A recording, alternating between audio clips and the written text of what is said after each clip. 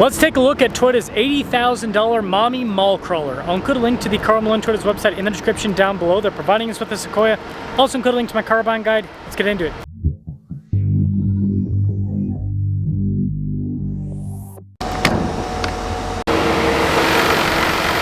Under the hood is a twin-turbo 3.4 liter V6 that's paired to a hybrid and goes through a 10-speed. Fuel economy is 19 around town, 22 on the highway, with power outputs being 437 horsepower and then 583 pound-feet of torque. We're closing in on 500,000 subscribers. I'd really appreciate it if you'd help out with that. Got the iForce Max badge there on the side, and you can see the hood is raised on either side too. Pretty sharp looking headlight design. It does have a sequential light for the turn signal indication. And then you do have fancier trim on the grille here with the Platinum. Fog lights, parking sensors at the bottom, and a pretty big air dam. So the front end basically looks like the Tundra, but better because the grille's a little bit smaller.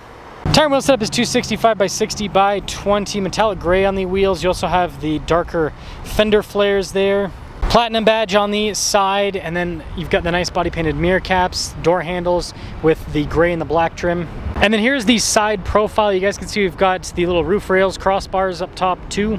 When it comes to key fob features, we have our lock and unlock function, the opening for the hatch, Toyota logo there at the bottom. Now, unlike the second gen Sequoia, this is manual with the rear window opening, but they still allow you to access the interior through the window.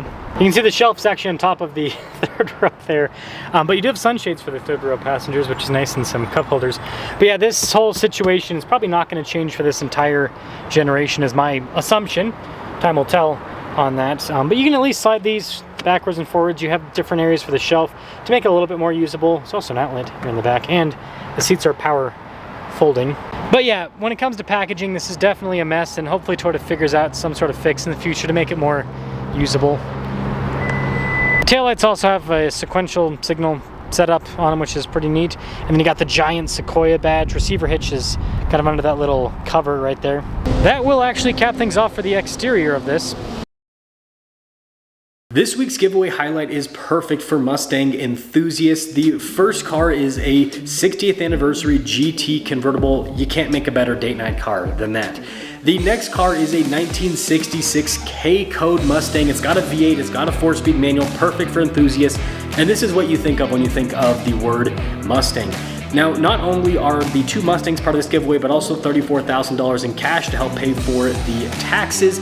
And your donations go towards helping children's and veterans charities. So use code BHC or click the link in the description down below or in the pinned comment. This will give you 4x bonus entries with any donation, $25 or more. Let's now check out the interior. So you have a sunshade for the rear passengers, and then I love the kind of blue stitching throughout on the soft touch trim. Power running boards too. And then you've got more of that blue accenting on the seats here. Unlike the third row, the second row here is actually very spacious. We also have a little storage pocket, and then cup holders there. We have our own climate zone, heated ventilated seats. Got some USB ports at the bottom with a full outlet. Some more cup holders here, and yes, captain chair setup, which is nice. But yeah, like I said, that is not great. With the solid axle and everything, it gets pushed up pretty high with your legs. If the camera will focus on it, you can kind of see the floor is really high. So reserve it for kids, but even kids, it's not going to be the most comfortable. Keyless entry for up front, and let's check it out. Blind spot monitoring with the mirrors, and you'll note we've got power folding mirrors. You also have memory seats, little buttons for it right there. And then yeah, there's more of that nice soft touch trim with the blue stitching. $12.90 for the payload capacity on this. And then the seats are perforated all down the center with more of that blue, power adjustments with lumbar support too. And then off to the side, you got your heated steering wheel button. You also have the function to turn off the power running boards, turn on the outlet as well. When it comes to the steering wheel, you've got some perforated trim on either side, and then there's some blue stitching throughout. Practical controls on the front face, including for the adaptive cruise control, your lane departure, volume voice command controls, controls for the center also, and then just traditional stocks on the back. Digital gauge cluster, and you'll note, got kind of a little animation there for the drive modes.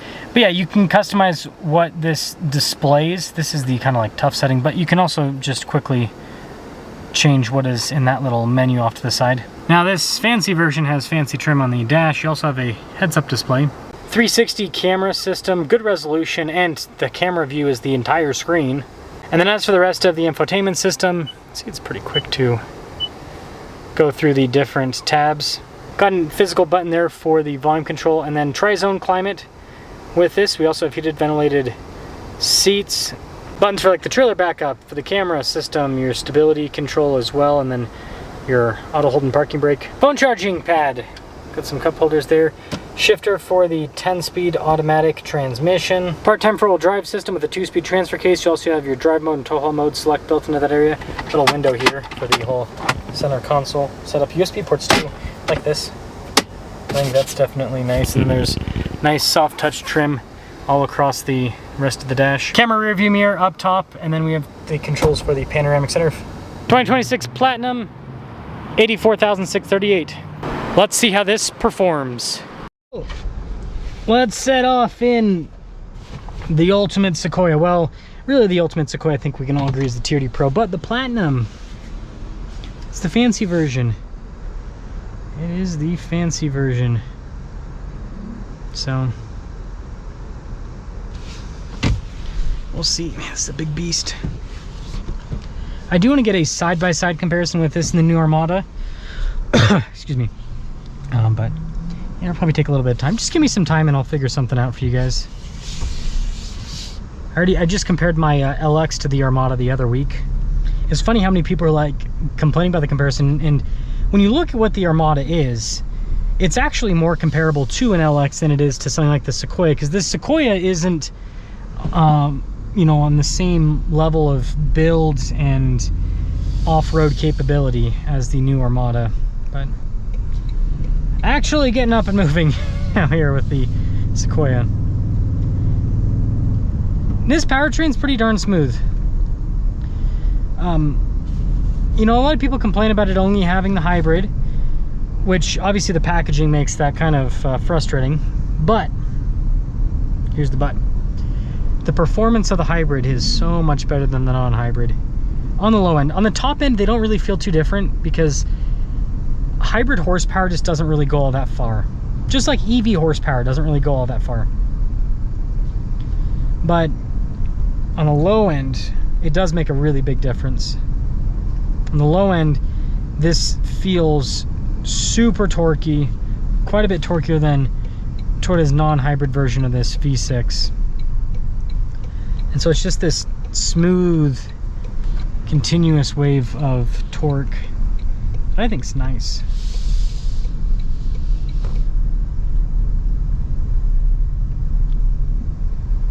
Now you do feel the solid rear axle, especially when you go over bigger bumps and stuff. And that is one downside with this versus the previous gen Sequoia, having the independent rear suspension. I think I can turn around somewhere here. Yeah, I was gonna say, I probably should start using this instead of, yeah, this is not too bad. So it's not uncomfortable, but this feels more truck-like. This definitely feels more truck-like. This is a pretty long road. I didn't expect this. Nice. I'm gonna start using this for more of the test drives. Wait a second. I thought this was a dead end. We've been bamboozled. Would you look at that? We've been bamboozled. It's not a dead end, technically. I did not know about this. How did I not know about this? This is cool. Look at this, guys. We can, this is a good day. We can use this as a little kind of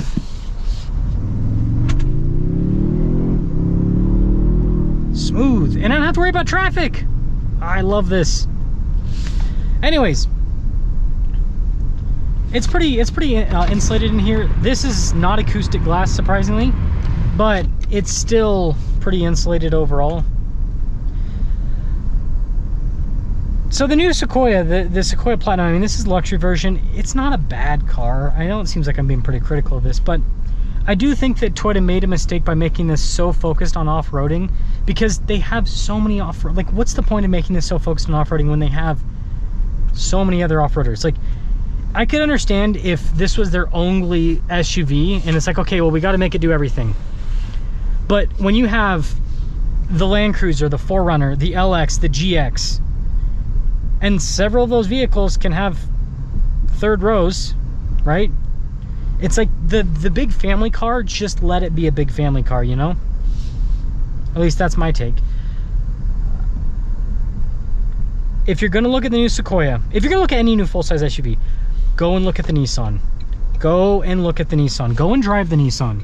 Again, my goal with this channel is not that you watch the video and then buy the car without driving anything. My goal is that you watch the video and I hopefully narrow you down to like 2 or 3 cars, and then you go and drive those 2 or 3 cars. So if you're like jumping in on the Sequoia bandwagon before you make a purchase, go and drive one of those new Armadas, especially the Pro 4X, but it doesn't matter. Just go and drive a new Armada. Go and sit in the 3rd row and all of that stuff, and I think you'll be impressed. But let me know your thoughts.